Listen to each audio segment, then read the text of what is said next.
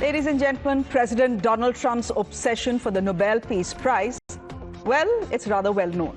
If he had his way, you just heard him, he would have won the prestigious Peace Prize 4 or 5 times by now for his quote-unquote stellar peacemaking efforts that have spanned geographies: Africa, Middle East, Europe, even the Indian subcontinent.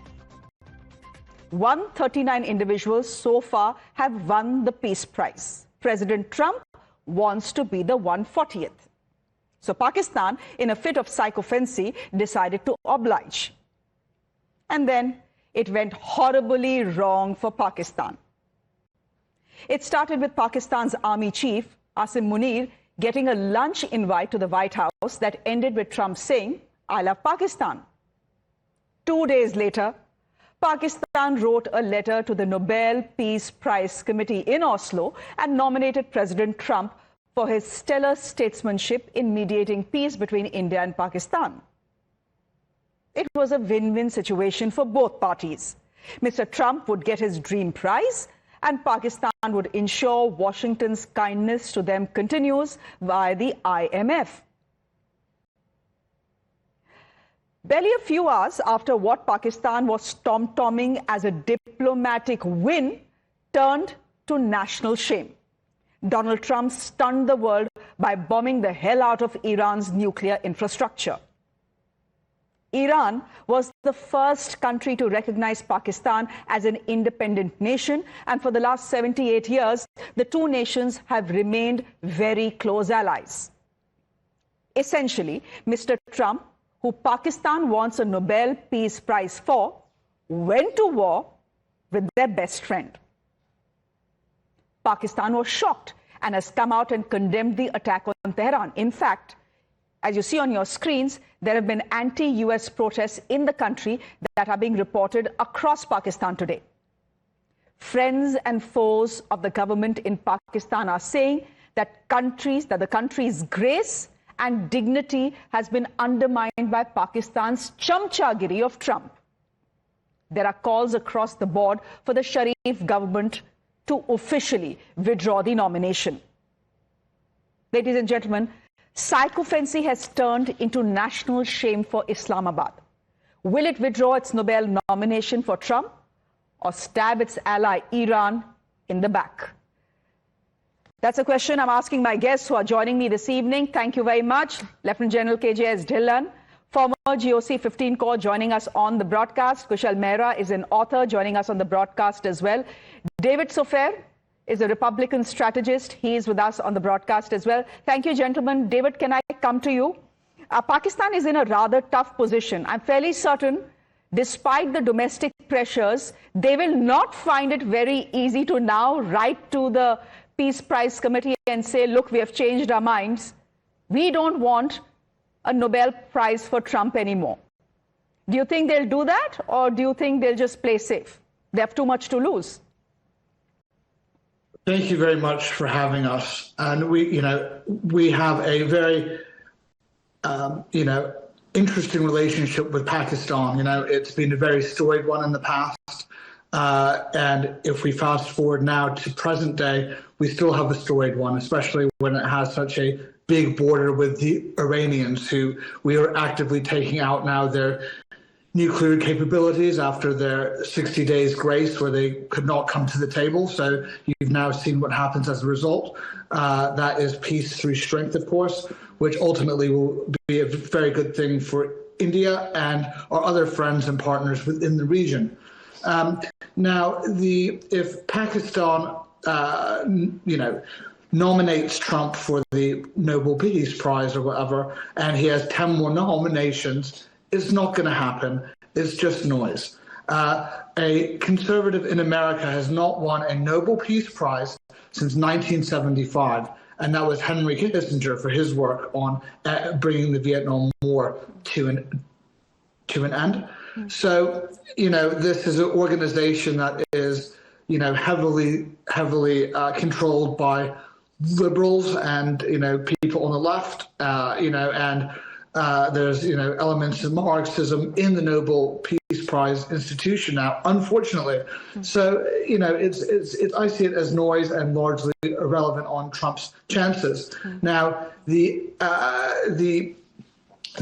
way going forward here really is the importance of bringing security and sovereignty into a heavily conflicted Middle East with a huge Iranian influence. Wherever we look, they seem to be behind all sorts of proxies.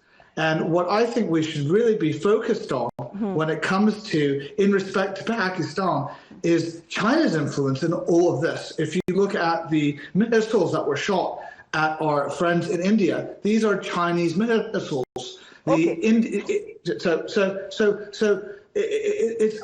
really feel like there is a lot going on. There's a lot of moving pieces with the Iranians. David, there are two things you're saying here. You're saying that in any case, the Nobel Peace Prize Committee, given its history, is an organization that is run by leftists, so there is no chance that Mr. Trump can ever get a Nobel Peace Prize. But David, just a minute. Just look at the situation here. This is irony dying 100 deaths, quite literally. The man has gone to war in the Middle East. The Nobel Peace Prize is given to people who bring peace in various parts of the world, like Barack Obama was. Does he even deserve the Nobel Prize, David? So it would be very safe to say that targeted attacks on an unauthorized, unregulated nuclear facility would be a step in the right direction for peace and stability in the region, yes. So America and the United States have not declared war on anywhere in the Middle East, okay? So that's firstly, and that's very important for our viewers to understand that, right? So taking out nuclear reactors and everything from a country that sponsors loads of terrorism within the region is a separate matter. So the two is important not to conflate. Okay. Yeah. Okay, General Dhillon, would you want to come in here? Yes. Ma'am, this is not the first time that Pakistan is doing a double speak. And this is also not the first time that American flags are being burnt on the streets of Lahore and Karachi and Islamabad. It has happened in the past and it has happened quite frequently. Pakistan was the main ally of the USA and the world in war against terror. And we all know where Osama bin Laden was found.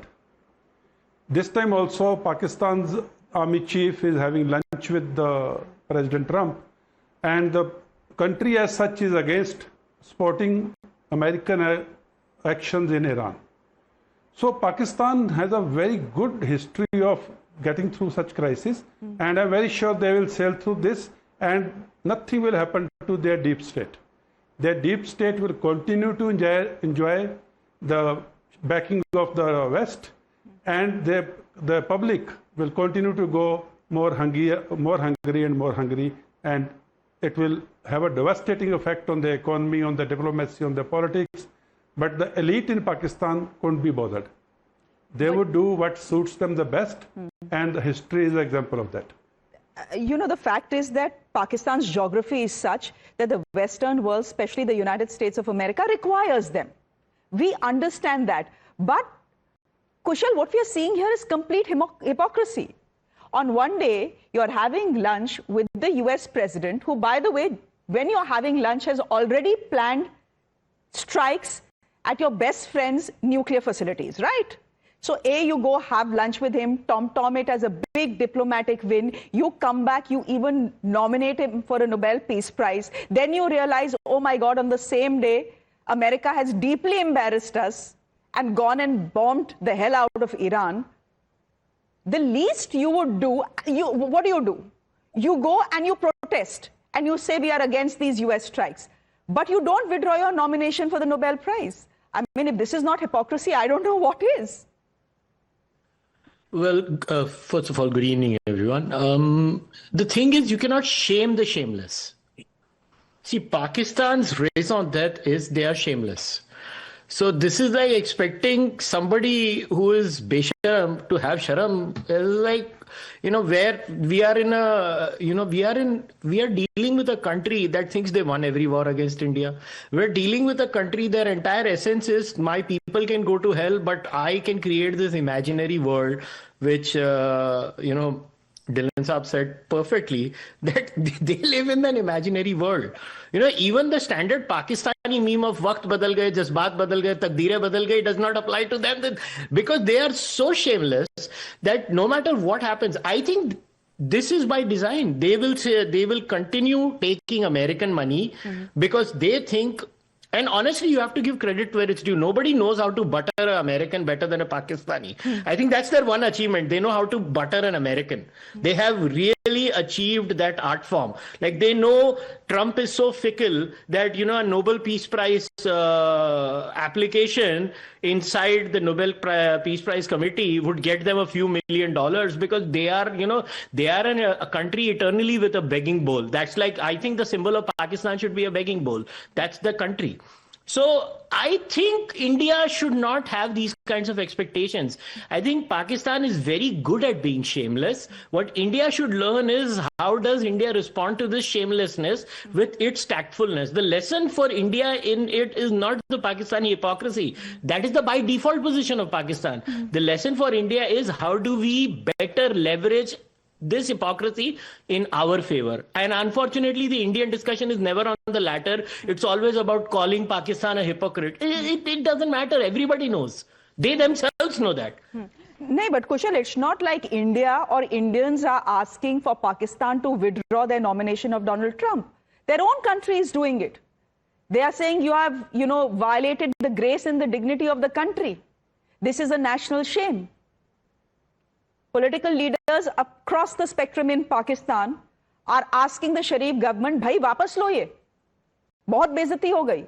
So it's the people of Pakistan and possibly the people of Iran who are looking at the situation and currently as we speak are being bombed are the ones who are making that demand. A man who enters a war cannot be nominated for a peace prize. It's as simple as that. Yeah, but again, we're talking about a normal, rational world. Not Pakistan. Pakistan is not normal. Pakistan is not rational. Pakistan is the complete antithesis of that. It's a country that is run by an army where politicians just say things, out of their backside. Like, what does a Nawaz Sharif have to do with any of this or Shehbaz Sharif have to? They are just a glorified chaprasi carrying message from one place to the other. He's like, Hanji sir, kithe jana hai, tusi dasso. And the moment to like, idhar jahi hoye, and they will go to that place. I mean, to have these expectations, obviously, that is Pakistan. Like, I can see Dylan Saab smiling because he knows, like, besharam se kya sharam ki umeed. They are what they are. My biggest concern is that maybe the other panelists, like, what should be the Indian response to this be? That's what I'm fascinated by. General Dhillon, should India be even responding to this? I would say none of our business. Karne do, dene do, jisko Nobel dena hai. We need America. It's none of our... I would say it's none of our business. But anyhow, do you think India should even respond to this officially? India, we are the 4th largest economy. We are 1/6 of the world in population and human resource, and by extension, the market. We are the biggest democracy in the world. We don't have to bother about these things. And ever since I am born and I'm growing up, I've only heard this: 3 A's run Pakistan. America, Allah, Army, and not necessarily in the same order all the time. So, and imagine, you're talking about the timings of their army chief being, there for lunch, and America planning the attacks. What was happening when Imran Khan was in Russia and Russians were attacking Ukraine the next day? I don't know where their diplomacy is. I don't know how their foreign policies run. They always end up on the wrong foot. But in the end, like it was being said, they butter it so well that it's a smooth sailing for them. And they have mastered the art. And secondly, the point which you made, geostrategic location of Pakistan is so important to everyone. Like if you see, they are the access to Arabian Sea and Indian Ocean warm waters. They are sitting literally on the mouth of Strait of Hormuz.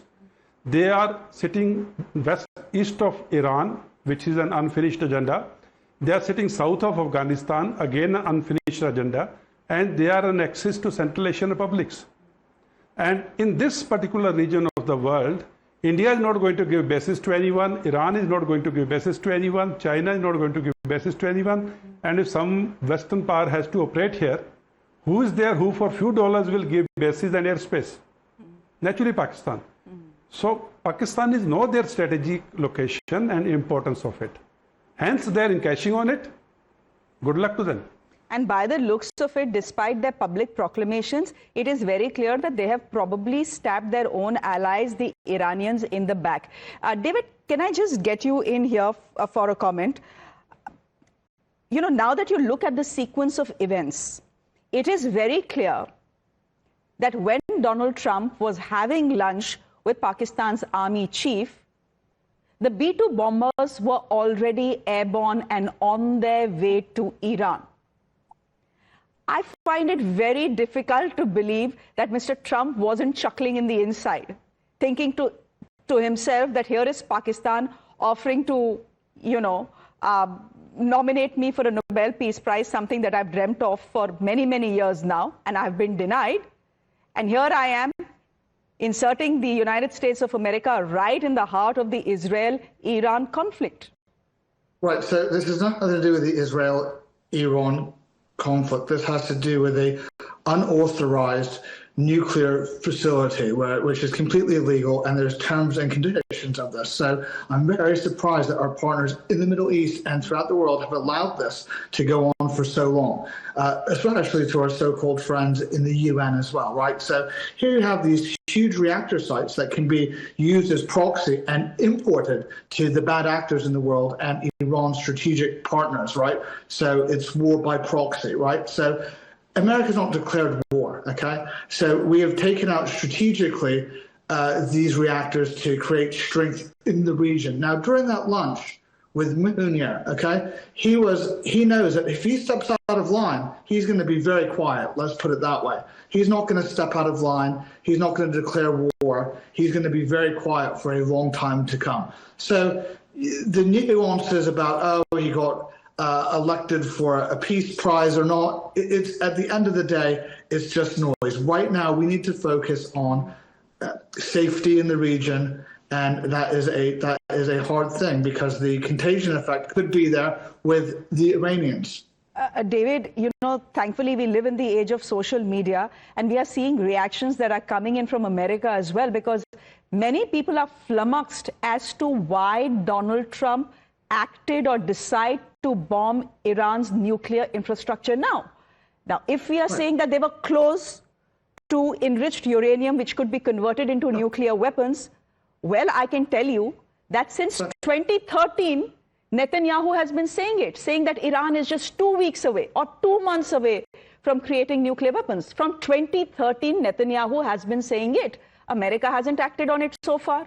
Your own intelligence chief, Tulsi Gabbard, had gone on record to say there is no evidence as of now to show us that Iran is aiming to build nuclear assets. Of course, Donald Trump rubbished what she was saying, and she had to take a U-turn.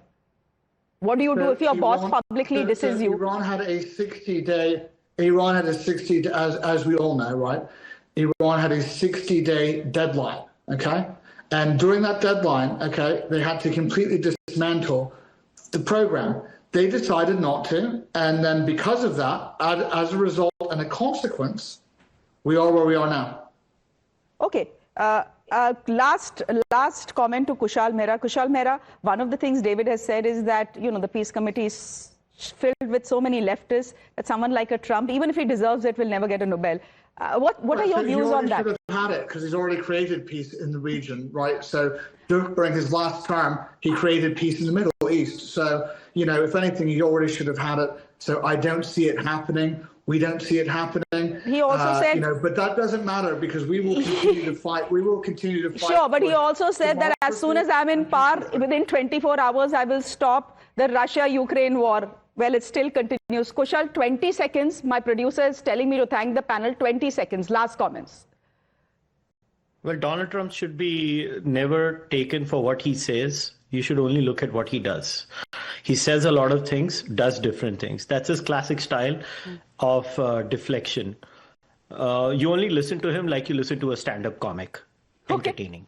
Okay, I listen to stand-up comics rather intently and rather regularly. Kushal Mehra, thank you very much for joining us. David Sofair, thank you very much for your time here. And Lieutenant General Dhillon, good to have you on the show. Ladies and gentlemen, on that note, a very quick break. There is some piece of information that is coming in on the other side from Israel. Do stay with us.